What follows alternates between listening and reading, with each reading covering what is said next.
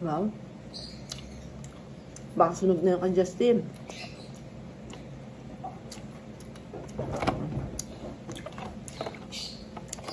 Gulay-gulay.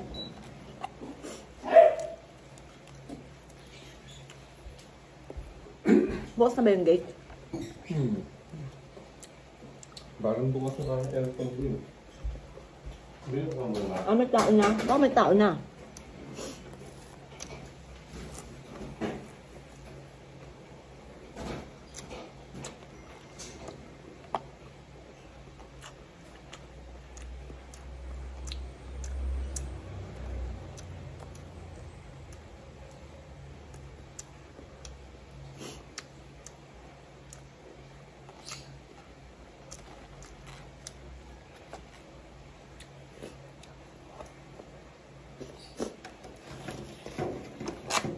Sarap.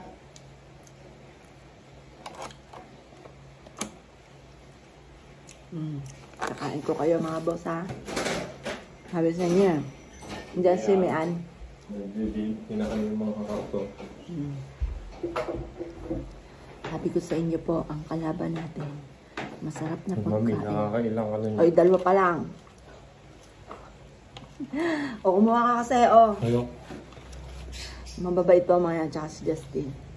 Sumusunod sila sa bawal. Basta ang bawal, tinitingin lang sila. Ako naman kumukululok ang tiyan ko kapag sabi, bawal. Parang kasi lalo na pagkain nila.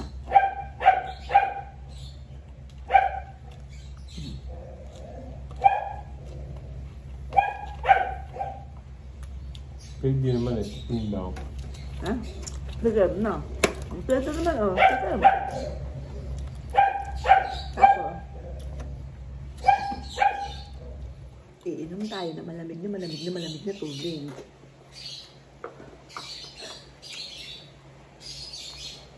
Kailan pala? Kahapon. Napasin ko. Hindi pa, 3 days na ito. Di ba merong gamot kayo yung nasa ano, yung parang ointment?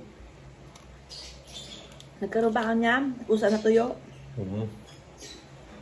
Masama pa yung pinapin ko. Masama pa pinangat sa lamanan. Hindi mo makate, ganyan lang. Huwag mo lang tapos eh.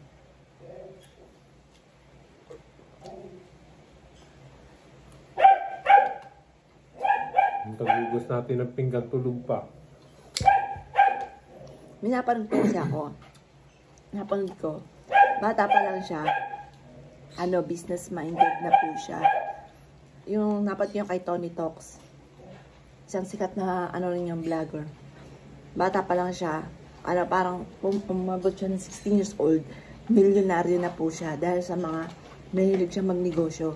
Ang tanong, saan mo natutunan yon?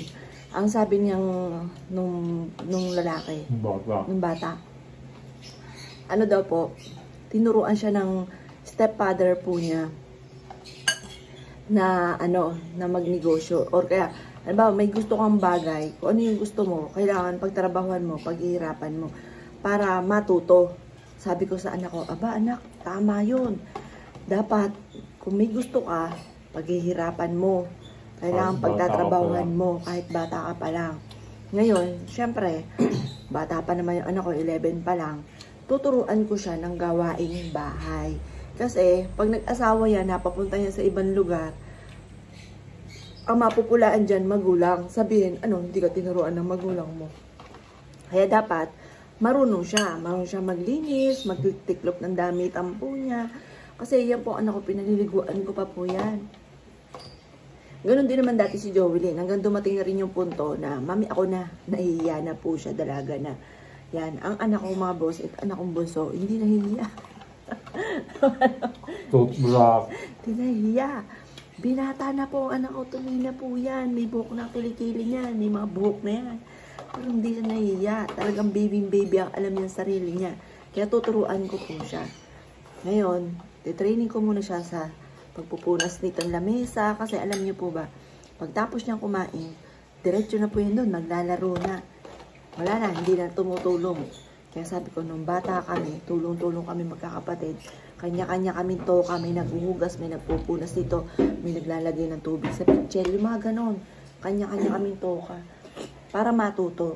Kasi mahirap ang walang alam kasi magulang ang mapupulaan na hindi tinuruan ang magulang, ang mga anak. Kaya yun, sabi ko, sige, pag may gusto ka, kailangan tutulong ka. Yun, si Barong Ron. Kailangan tutulong ka. Hindi pwedeng gusto mo, makukuha mo ng mabilis kahit hindi ka kikilos. O, ayun naman po siya kagabi. Kaya, yun nga po, may gusto siya nanghihingi sa akin ng pera, ng pambili doon ng card. 2K, ang mahal, diba? 2K ngayon. Kailangan, tutulong siya dito sa bahay.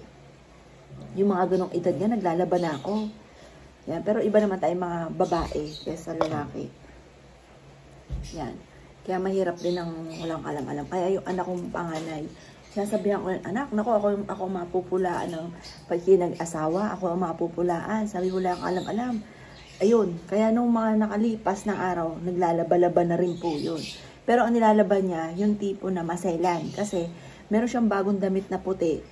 Naging dilaw mga bossing. Inihalo doon sa tikulor at saka sa puti.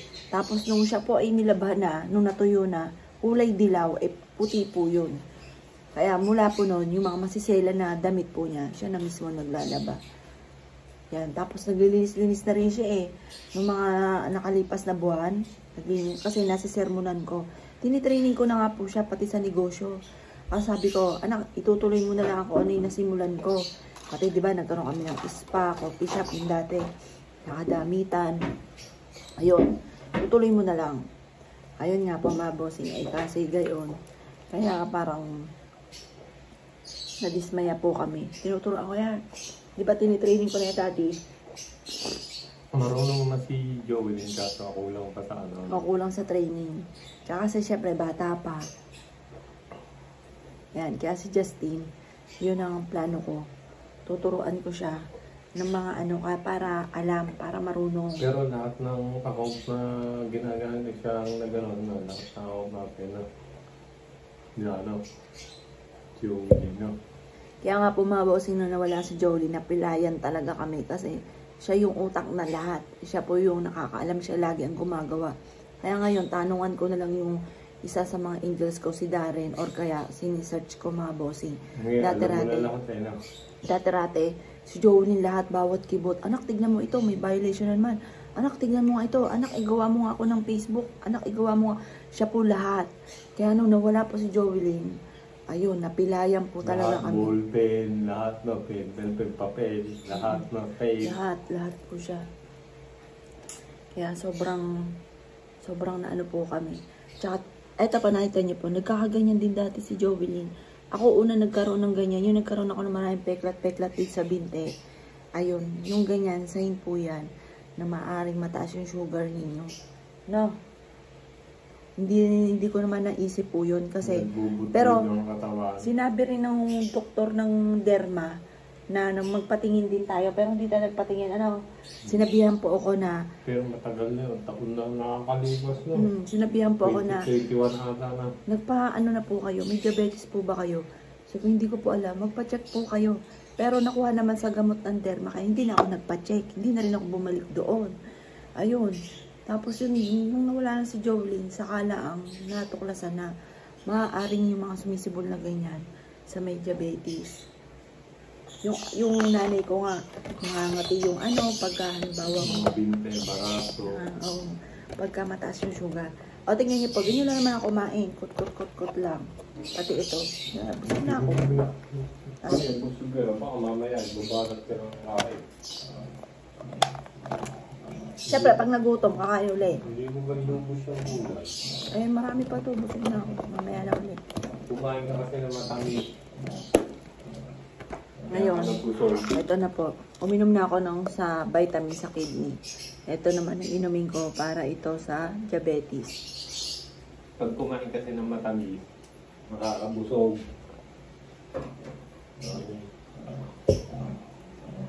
Nakakabusog. Nawalan tuloy ako ng gana. Matamis kasi yung labo. Yun naman po sa vertigo.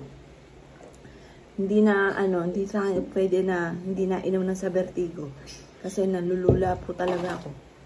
Ito naman vitamin C.